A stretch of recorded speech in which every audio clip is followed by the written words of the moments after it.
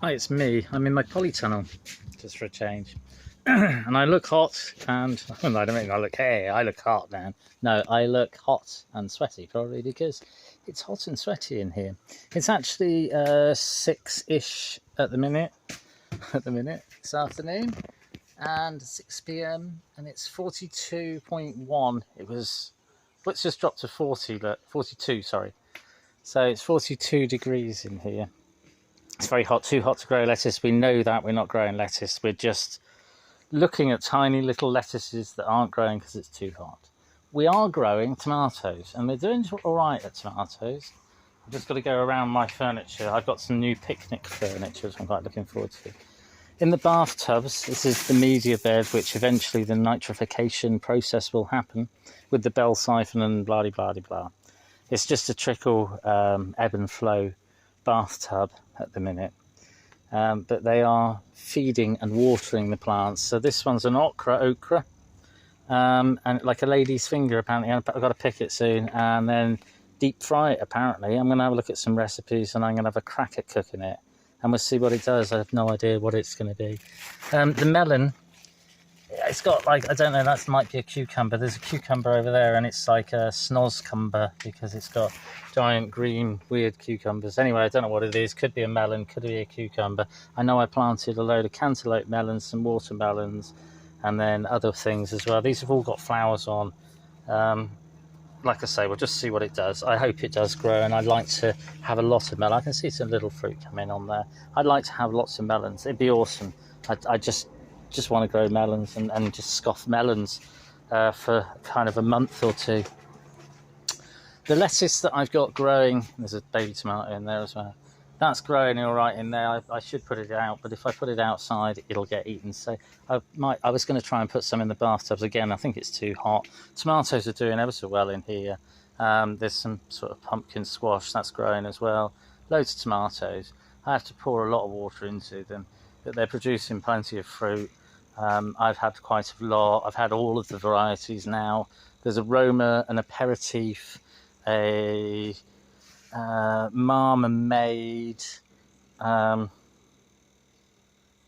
know what the other one was, Roma, Tigerelle, can't remember. I was hoping that there was a black one, I can't remember, it's a brandy wine that I grew last year, but I haven't seen it. And there might be a yellow pear-shaped one that I grew last year. They were quite nice actually. They were just really weird because they didn't look like a tomato. They looked like a mini pear, like you know, those pear drops you used to get when you were a kid. It looked like that, but bright yellow. And it was quite, although they were sweet, they were just weird to eat, just strange, I thought. Anyway, but very nice. So there might be some of them outside. They do seem to just grow everywhere. The ones that came out of the tomato pots here were ones out of the worm bin, and it was tomatoes that I'd bought in the winter time or whenever, and they'd grown this summer. I am getting a strawberry every day or two. These are all the strawberry plants that I chopped them all back really hard, and a lot of them reflowered, and then a lot of them have sent out runners, and I've probably got another 30 odd runners. I'm letting them go for a bit. The ones on this side are producing one, and then they're getting another one on the end. Sometimes you get two, sometimes you get one. So there's about 30 runners. The ones at the back, I've tucked them in so that they grow into the like gutter sort of thing, so that it collects water, and then hopefully that'll encourage them to root. But like I say, it's 30 odd new plants, which I'll have for next season, or for this season if I can get the other system up and do the gutter system. It's all work, and I have rather a lot on my mind, so I don't really have time to focus. I just try and get on with my work that I have to do in the daytime, which at the minute's cutting hedges, and then when I finish doing all that, I come up here and I pootle at growing vegetables in an aquaponics system. Look at that. I think that kohlrabi is pretty much ready. I'd like it to grow a bit more, but it's getting there. It looks lovely though. The purple one, look at that. I'm so pleased. They grow really well in the bathtub, so I'm excited. This is broccoli. This is a kohlrabi. Obviously, you can see these ones. These are, I think they're giant Prague. I think that one's delicious white. I think these ones, that's a giant Prague, and then these are, excuse me, did a big burp there. Giant, these are broccoli, and that's another probably giant Prague. So a couple of broccoli that I got left. The rest of them, my friend Jake gave me a whole load, and I put them outside, and they all got eaten. And then there's one delicious purple kohlrabi as well. I can't wait to eat them because I think they're one of my favourite vegetables. They're like a European, I don't know, Polish, I suppose, vegetable. My friend's Romanian, or I could probably get it wrong, Slovakian or something like that, and they eat an awful lot of them, and she cooks the most amazing dishes and puts them in soup and all those sorts of things. I just slice them all up and I put them on top of bacon, and I bake it in the oven, and it's just amazing. I mean, everything's amazing, you just shove bacon on it. Anyway, yeah, there's a purple one as well, so I'm so looking forward to that one to grow on a bit more. There is a strawberry plant, and there is, in here, these ones are celery as well. And there's some peppers. The peppers don't seem to do too well in this system. They do all right in pots and that, so I'll try again next year, and hopefully if the nitrification process is working in the media beds, then I'll be able to grow all the things that I want to grow in the bathtubs, and then the floating raft beds, if I can cool the whole place down and make it slightly less tropical, slightly less than 50 degrees in here, then I might be able to grow other vegetables as well, because at the minute it's just insane. It's just too hot for anything except for this lovely banana tree, my avocado tree, my Thai peppers, my Thai lime, my Filipino calamansi, my lemon, my more avocados, and my moringa tree, because all of those are tropical plants. And this snosberry, it's not a snosberry, snoz cucumber or something, don't know whether it's a melon, it's something, but it's taking over. Oh, there's a massive one, look at this. I've not seen this. They're normally quite spiky, but look, I've just found one. Wow. I don't know, it's a giant cucumber. I think I should pick it. I don't know. I'm going to pick it. It might be a melon. Oh, I don't know. I'm going to leave it for a bit. I'm going to look it up when I go. Perhaps I'll take a picture afterwards and we'll see if I can ID it before I pick it, in case it is some sort of melon. But there's more of them. There's loads of them all around. Anyway, that'll be interesting to see. I'm quite excited now. Banana tree's got baby banana plants coming out the bottom. There's 3. They're good sized ones as well, and they're growing very well. So I don't know whether the banana tree will produce fruit, but I really hope it does. And then it can produce some babies, and then I'll have bananas from now on, maybe. I don't know. Wouldn't that be awesome to grow your own bananas, strawberries, tomatoes, all your own vegetables and fruit? Oh, so yeah, this is what I'm going to do. And if it doesn't work on this, I shall just keep trying till it does work, all right? Determination. There's some stuff I want to tweak. The system, the solar system, isn't actually fully working yet, but I have got all the kit. So I'm still trying to tweak around with that. I'm actually going to do most of it myself and see if I get electrocuted, but we'll see. Yeah, that's about it. Anyway, hope everyone's well. That was me in my polytunnel, in my field of greens. Perhaps I should have taken it down here. Should we go for a very quick walk? I was going to go then. Let's go. So today, when I came back for a poodle, because I was a bit bored, I thought I would cut my field with the hedge trimmer. So we'll just go for a very quick wander. I haven't picked any raspberries today, so I'm going to come back through and have some raspberries for tea somewhere. But I did do this. So down through there I cut a hole. This is all, or it was all burdock, stinging nettles, brambles and burdock. And I've cut a hole through it, a gap, all the way around, all the way down through there. I was just bored a bit, not bored, but I knew how to do it. I do have a bit of a problem with a little bit Japanese knotweed. Now I've cut it back, and I was reading up about it, that when it goes into flower, the root of it will get nice and solid, and it'll grow into one clump.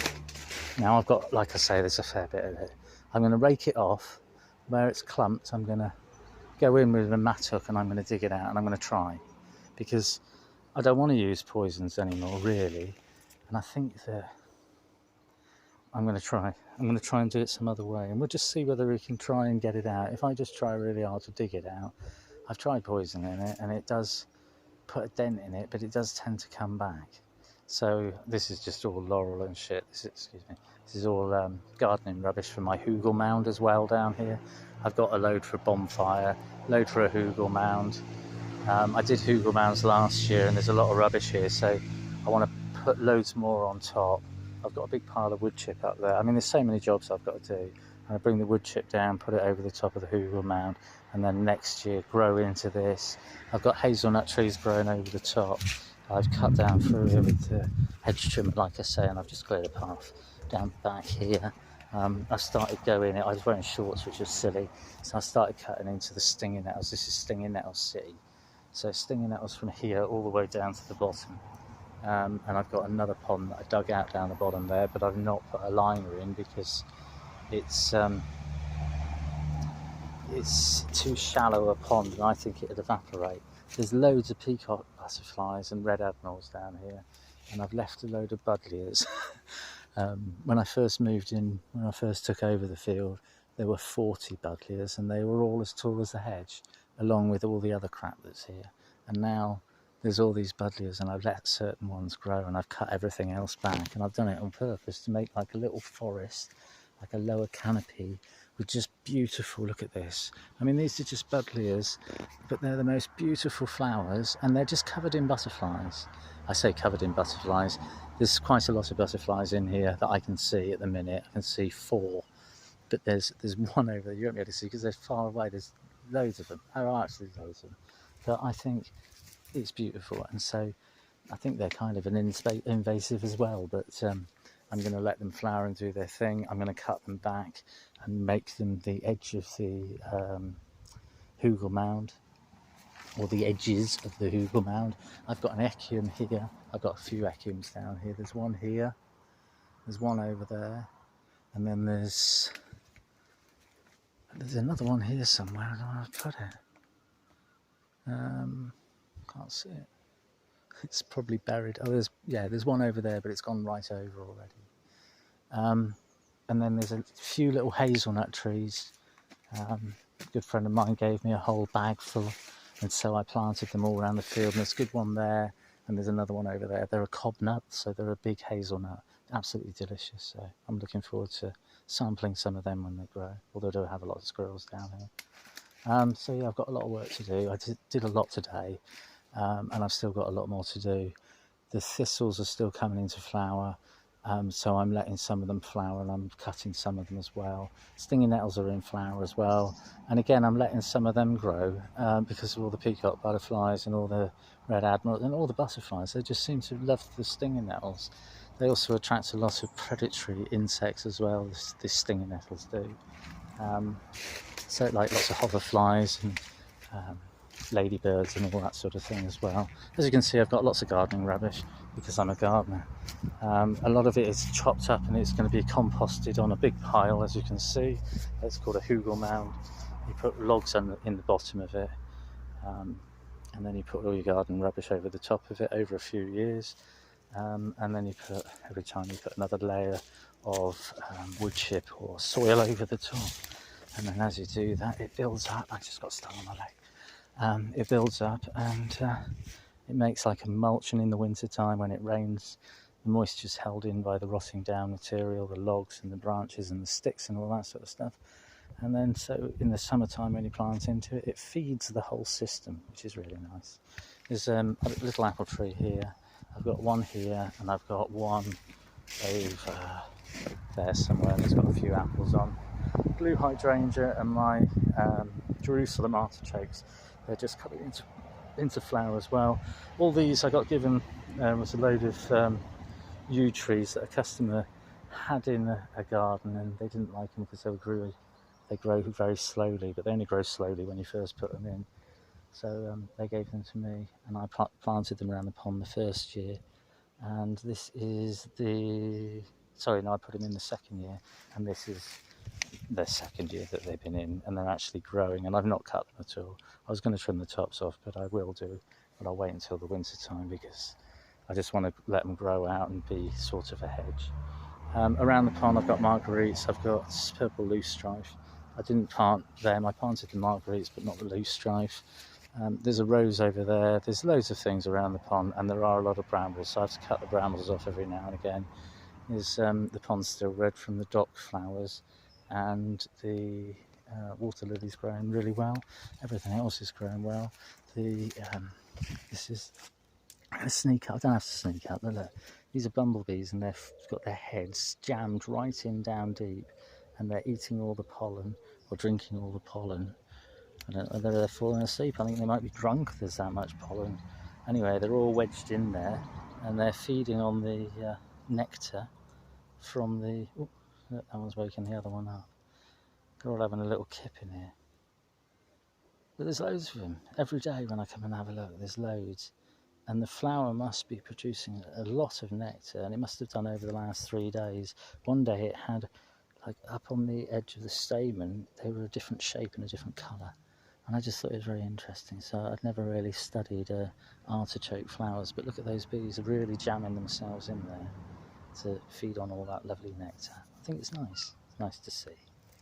Anyway, I thought I'd just let you see. Right, and the rest of my field looks like a bunch of weeds. Raspberries are growing, and I have a few of them every day. Steve is a bit of a mess. He needs sorting right out. I get them black currants and things like that. Marguerites in the flower bed, in the vegetable beds.